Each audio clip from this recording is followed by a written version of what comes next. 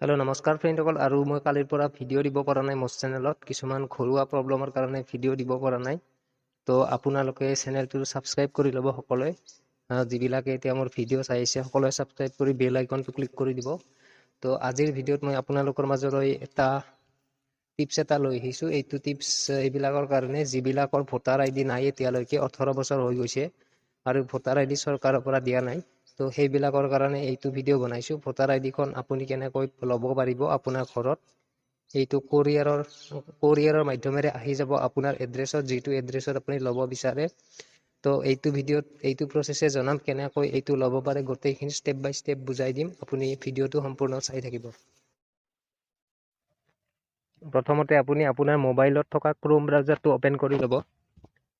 Chrome ব্ৰাউজাৰটো open কৰি লোৱাৰ পিছত তাৰ এণ্টাৰ URL-ত আপুনি টাইপ কৰিব nvsp.in টাইপ কৰি এণ্টাৰ কৰি দিব। তাৰপিছত আপুনি ইয়াত ৱেবছাইটটো খোল খাব, আৰু এইটো গভৰ্ণমেণ্ট ৱেবছাইট হয়, কোনো ফেক ৱেবছাইট নহয় এইটো।